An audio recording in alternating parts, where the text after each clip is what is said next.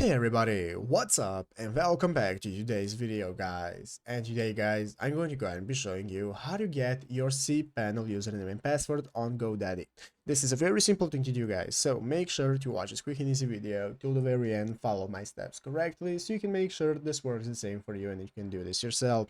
But yeah guys, let's get straight into it. So the first thing you want to do is go ahead and open up the official GoDaddy website right here, godaddy.com if you have not already, and after opening it up, you'll be greeted by this main page right here, which is the home page where in the upper right corner we can get started logging into our account. So what we want to do is log in. If you do not already have an account, just go and create a new one, and after logging in, you'll be greeted by the home page right here where we can get started with logging on a domain name for our business. We can find all the products and services that we can use and so on. So let's go ahead and see how we can get started with finding our cPanel username and password. What we want to do first guys is go ahead and scroll down right here to find all the products and services that we can use. So we want to go ahead and open up our products page, which is going to open up this new page where, as you can see at the top of the screen, we can access domains, websites, emails, and so on. What we want to do is open up websites and hosting. So click on websites and hosting, and this is going to open up this new menu with all the options we can access, and one of the options is called web hosting. So what you want to do guys is open up web hosting, and after you have opened up web hosting guys, if you have your cPanel activated, it's going to appear right here. You'll be able to see all your products that you're using,